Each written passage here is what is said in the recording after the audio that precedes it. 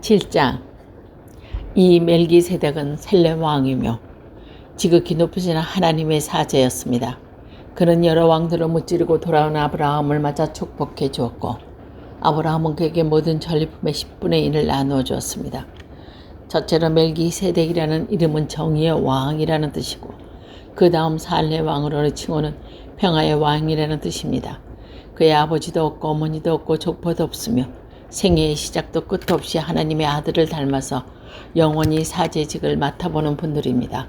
그가 얼마나 위대한 분인지를 생각해 보십시오. 대선조인 아브라함까지도 전리품의 10분의 1을 그에게 바쳤습니다. 레위 자손도 같은 아브라함의 후손들이지만 사제직을 맡았기 때문에 동족인 이스라엘 백성들에게 수입의 10분의 1을 거둘 수 있는 권한을 율법으로 보장받았습니다. 그러나 멜기세덱은 레위 가문에 속해 않았는데도 아브라함에게 수입의 10분의 1을 받았고 하나님의 약속을 받은 아브라함에 축복해 주었습니다. 다시 말할 것도 없이 축복이라는 것은 윗사람이 아랫사람에게 해주는 것입니다. 사제들도 10분의 1을 받고 멜기세덱이 10분의 1을 받았지만 사제들은 언젠가나 죽을 사람들이고 멜기세덱은 성서에 증언하는 바와 같이 영원히 살아있습니다. 말하자면 10분의 1을 받는 레위까지도 아브라함은 손을 거쳐 멜기세덱에게 10분의 1을 바친 셈입니다.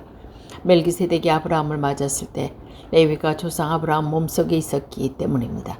이스라엘 백성은 레위의 사제 제도를 바탕으로 하고 율법을 받는데 만일 그 사제 제도도 완전해질 수 있다면 아론의 계통이 아니라 멜기세덱의 계통에 또 다른 사제를 세울 필요가 없으니 어디 있겠습니까? 사제의 조다가 변하면 율법도 변하게 마련입니다. 우리가 이야기하는 그분인 레위 지파 아닌 다른 지파에 속한 분이고 그 지파 사람도 일찍이 제단위로 시중된 사람은 하나도 없었습니다. 우리 지파에서 유다 지파에 나오는 사람들은 명백합니다. 그런데 모세가 이 지파를 사제직에 한 편을 켜서 말한 일이 한 번도 없었습니다. 멜기세덱과 같이 다른 계통의 사제들이 나타났으니 일은 더욱 명백해졌습니다. 그분이 사제가 되면 인간의 율법의 규정을 따라 되신 것이 아니고 불멸의 생명의 힘으로 따라 된 것입니다. 그렇기 때문에 성서에 너는 멜기세덱에게 지는 영원한 사제다라는 말이 있습니다. 전에 있던 율법의 규정은 무력하고 무해했기 때문에 폐기되었습니다. 율법은 아무것도 완전하지 못합니다. 그래서 하나님께서는 더 좋은 희망을 주셨고 우리는 그 희망을 안고 하나님께 가까이 나아갑니다. 하나님께서는 맹세까지 하시면서 그분을 사제로 세워주셨습니다. 다른 사제들이 사제가 될 때는 하나님께서 맹세한 일이 없었지만 이분을 두고 맹세하셨다는 기록이 있습니다. 너는 영원한 사제다 하고 주님께 맹세하였다. 그리고 이 맹세는 변하지 않을 것이다. 그러므로 예수께서는 더 나은 계약을 보증해 주시는 분이 되셨습니다. 다른 사제들은 누구나 다 죽게 마련이어서 한 사람이 사제직을 계속해서 맡아볼 수가 없으나 결국 사제의 수요가 많아졌습니다. 그러나 예수께서는 영원히 사시는 분이므로 그분의 사제직을 연구한 것입니다. 이렇게 예수께서 항상 살아계셔서 그들을 위하여 중재자의 일을 하시나 당신들이야 말미암아 하나님께 나오시는 사람은 언제나 구원해 줄 수 있으십니다. 우리에게는 이렇게 거룩하고 순결하고 흠도 죄도 없고 하늘보다 더 높으신 대사자가 필요합니다. 다른 제사자들은 날마다 먼저 자기의 죄를 용서받으려고 희생 제물을 드리고 그 다음으로 백성을 위하여 그렇게 합니다. 그러나 그분은 날마다 그럴 필요는 없습니다. 그분은 당신이 자신을 속죄 제물로 바침으로써 그 일을 한 번에 다 이루셨습니다. 율법을 따라 대제사가 된 사람들은 연약한 인간이지만 율법이 생긴 이후에 하나님 맹세의 말씀에 따라 대제사가 되신 그분은 하나님의 아들이시고 영원한 완전하신 분이십니다. 8장. 위에서 말한 요점을 말하면 우리는 하늘에서 전능하신 이의 옥좌 오른편에 앉아 계시는 대사제를 모시고 있다는 것입니다. 그분은 하늘 성전의 일을 맡아보시는데 그 성전은 사람이 세우는 것이 아니라 주님께서 세우신 참다운 성막입니다. 대사제는 누구나 봉헌물과 희생 제물로 바치도록 임명된 사람입니다. 그러므로 우리의 이 대제사라는 무엇을 바칠 것을 가지고 있어야 합니다. 만일 예수께서 세상에 계시다면 율법을 따라 봉헌물을 바치는 사제들이 따로 있으므로 결코 사제가 될 수 없는 것입니다. 그 사제는 하늘 성전의 모조품과 그림자에 지나지 않는 성전에서 봉사하는 사람들입니다. 모세도 천막 성전을 지으려고 할 때에 산에서 너에게 보여준 그분을 따라 모든 것을 만들도록 하여라는 하나님의 말씀을 들었던 것입니다. 그러나 이제 그리스도께서는 훨씬 더 훌륭한 사제직을 맡으셨습니다. 그분은 더 좋은 약속을 바탕으로 하고 세운 더 좋은 계약을 중재자가 되셨으니 말입니다. 만일 사람이 먼저 본 계약을 흠없이 이행하였더라면 또 다른 계약은 필요하지 않았을 것입니다. 그러나 하나님께서는 그들을 탓하시며 이렇게 말씀하셨습니다. 내가 이스라엘 집안들과 유다 집안들과 더불어 새 계약을 맺을 날이 올 것이다. 이것은 주님의 말씀이다. 이 새 계약은 내가 그들의 조상들의 손을 잡아 이집트 땅에서 인도해 내던 날 그들과 맺은 그런 계약이 아니다. 그들이 내 계약을 지키지 않았으니 나도 그들을 돌보지 않았다. 이것은 주님의 말씀이다. 그 후에 내가 이스라엘 집안에 맺을 계약은 이것이다. 나는 나의 율법을 그들의 생각에 심어주고 그들의 마음에 새겨주리라. 나는 그들의 하나님이 되고 그들은 내 백성이 되리라. 이것은 주님의 말씀이다. 높고 낮음을 가릴 것 없이 모든 사람이 나를 알게 될 때에 아무도 자기 이웃이나 형제를 보고 주님을 알라고 가르쳐주지 않아도 되리라. 내가 그들의 잘못을 너그럽게 보아주겠고 그들의 죄를 더 기억하지 않으리라. 하나님께서 새 계약으로 말씀을 하시므로 먼저 본 계약은 낡은 것이 되었습니다. 낡아지고 오래된 것은 곧 사라지게 마련입니다. 9장. 물론 먼저 본 계약에도 예배 규칙이 있었고 또 예배 장소가 있었습니다. 그러나 그 장소는 인간이 마련한 장소였습니다. 이렇게 세워진 천막 성전 안칸에는 촛대와 상이 있었고 그 외에는 빵을 진열해 놓았는데 그것은 성소라고 합니다. 그리고 들째 휘장 뒷칸은 지성소라고 불렀습니다. 거기에는 금으로 만든 분향제단과 온통 금으로 입힌 개약궤가 있었고 그 궤 속에는 만나를 담은 항아리와 쌓여있는 아론의 지팡이와 계약이 새겨진 석판들이 들어있었습니다. 또 그 궤에는 영광스러운 게르림 천신상에 있어 날개로 속죄판을 내리덮고 있었습니다. 지금 이런 것들을 자세히 설명할 때가 아닙니다. 천막 성전에는 이런 것이 미리 갖춰져 있는데 사제들은 언제나 그 앞칸에 들어서 예배를 진행합니다. 그러나 뒷칸에는 대세자가 1년 만에 단 한 번 들어가는데 그때는 반드시 피를 가지고야 들어가게 되어 있습니다. 그 피는 대사자가 자신을 위해서와 또 백성들이 모르고 지은 죄를 용서받기 위해서 바치는 것입니다. 이러한 제도를 통해서 성령이 보여주시는 것은 천막 성전의 앞칸이 그대로 있는 한 지성소로 들어가는 길은 아직 열려있지 않다는 것입니다. 이 모든 것을 현세로 상징하는 것입니다. 그 제도에 따라 봉헌물과 희생제물을 바치지만 그것이 예배하는 사람의 양심을 완전히 해주지는 못합니다. 그것은 다만 먹을 것과 마실 것과 여러 가지 씻는 예식에 관한 인간적인 규칙으로서 하나님께서 모든 일을 바로 잡으실 때가 온다는 것을 유효하는 것뿐입니다. 그러나 그리스도께서는 이미 존재하는 이 모든 것을 다 주관하시고 대제사장으로 오셨습니다. 그분이 사제로 일하는 성전은 더 크고 더 완전한 것이며 사람의 손으로 만든 것이 아닙니다. 말하자면 창조된 이 세상에 속하여 있는 것이 아니란 말입니다.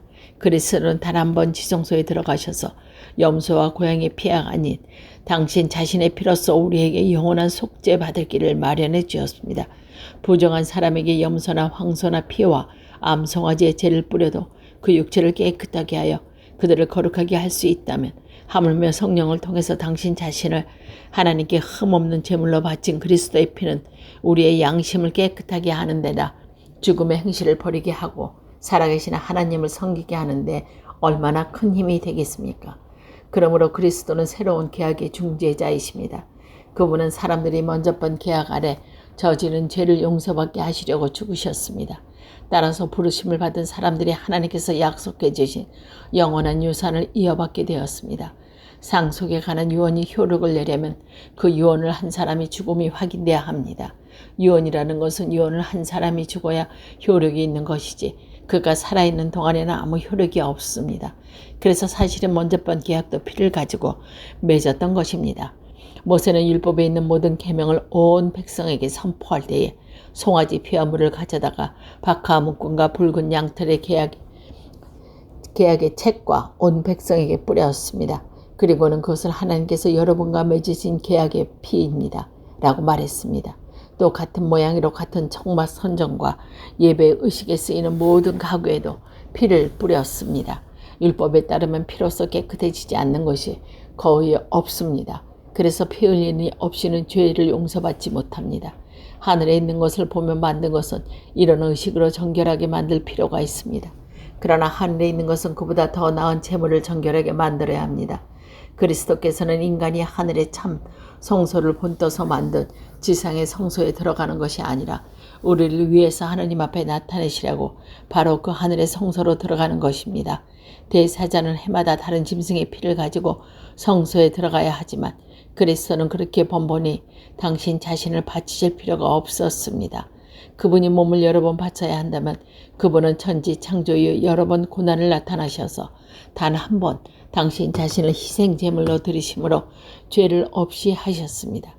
사람은 단 한 번 죽게 마련이고 그 뒤에는 심판을 받게 됩니다. 그리스도께서는 단 한 번 당신 자신을 제물로 바치셨습니다. 그리고 많은 사람의 죄를 없애주셨고 다시 나타나실 때 인간의 죄 때문에 다시 희생 제물이 되시는 일이 없이 당신을 감당할 수 있는 사람에게다 구원을 가져다 주실 것입니다. 10장 율법은 장차 나타날 좋은 것들을 그림자일 뿐이고 실체가 아니기 때문에 해마다 계속해서 같은 희생 제물을 드려도 그것을 가지고 하나님 앞으로 나아가는 사람은 완전하게 할 수 없습니다. 만일 그렇게 해서 완전해질 수 있었다면 예배하는 사람들이 단번에 깨끗하게 되어서 다시는 죄의식을 가지지 않았을 것이며 따라서 계속해서 제물을 바치지 않았을 거 아닙니까? 그런데 해마다 제물을 바치면서 죄를 되새겨야 하는 것은 황소와 염소의 피로서 죄를 없앨 수 없기 때문입니다. 그래서 그리스도께서 세상에 오실 때에 하나님께 이렇게 말씀하셨습니다. 당신은 율법의 희생제물과 봉헌물을 원하지 않았습니까? 그래서 저는 참 제물로 받으시려고 인간이 되게 하셨습니다. 당신은 번제물과 속죄의 제물도 기뻐하지 않으셨습니까? 그래서 제가 말했습니다. 하나님, 저는 성서의 기록대로 당신의 뜻을 이루려고 왔습니다. 그리스도께서 처음에는 당신의 희생제물과 번제물과 속죄의 제물을 원하지 않고 기뻐하지도 않으셨습니다. 하고 말씀하셨습니다. 이런 것은 율법을 따라 바쳐지는 것인데 그리스도께서는 이렇게 말씀하신 것입니다. 다음에는 하나님, 저는 당신의 뜻을 이루려고 왔습니다. 라고 말씀하셨습니다. 이렇게 그리스도께서 낮은 것을 세우기 위하여 먼저 것을 폐기하셨습니다. 예수 그리스도께서는 하나님의 뜻을 따라 단 한 번 몸을 바치셨고 그 때문에 우리는 거룩한 사람이 되었습니다. 사제가 날마다 성전에서 예배 의식을 거행하며 같은 희생제물을 자주 드리더라도 그 제물이 결코 죄를 없애버릴 수 없습니다. 그러나 그리스도께서는 당신 자신을 오직 한 번 희생제물로 바침으로써 죄를 없애주셨습니다. 이것은 영원한 효력을 나타내는 것입니다. 그리고 그리스도께서는 하나님의 오른편에 앉으셔서 당신의 원수들이 당신의 발 아래 굴복할 때까지 기다리고 계십니다.